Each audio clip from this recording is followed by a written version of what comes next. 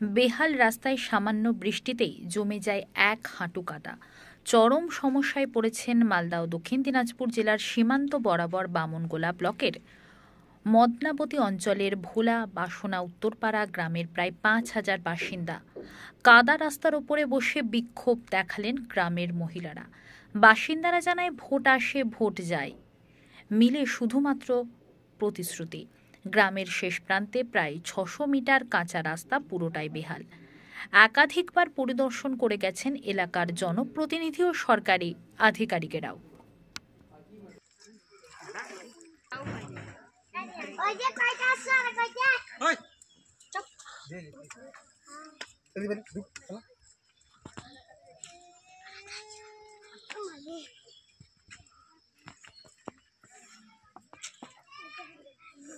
তুমি নামো না কেন মানে কি কথা বলতে পারবি?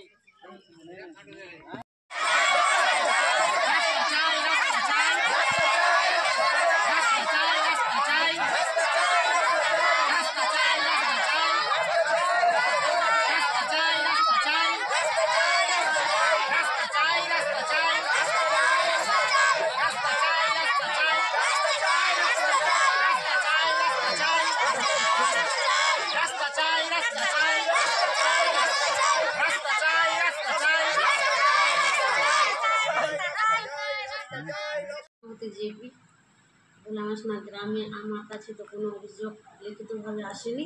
লিখিতভাবে অভিযোগ আসলে আমি এই ব্যাপারটা দেখব। আমার নাম পারুল কুজুরুরা, বামনগোলা পঞ্চায়েত সমিতি।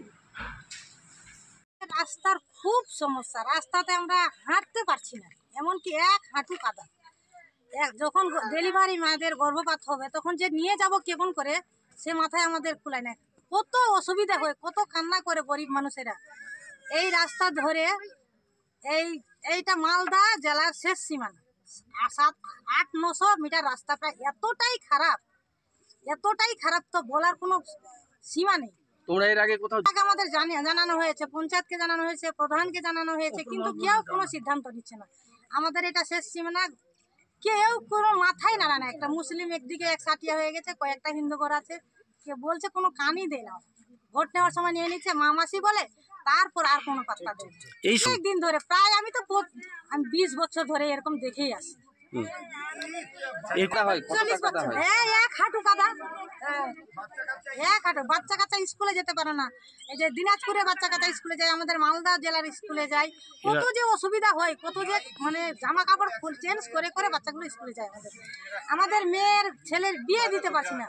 ভালো ছেলে আসছে দেখে, রাস্তা দেখে ঘুরে ঘুরে চলে যায়। কেমন মনে হয় শিক্ষিত ছেলে মেয়ে আমাদের এই গ্রামে, কিন্তু বিয়ে দিতে পারছি না। আমরা অবিলম্বে খুব শীঘ্রই, মানে ভোটের আগে যেন রাস্তা হয়, যদি না হয় তাহলে আমরা জাতীয় সড়ক অবরোধে বসবো। মা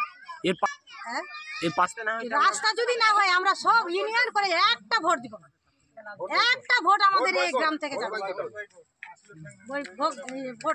আপনার নাম? আমার নাম রুবেলি বিবি।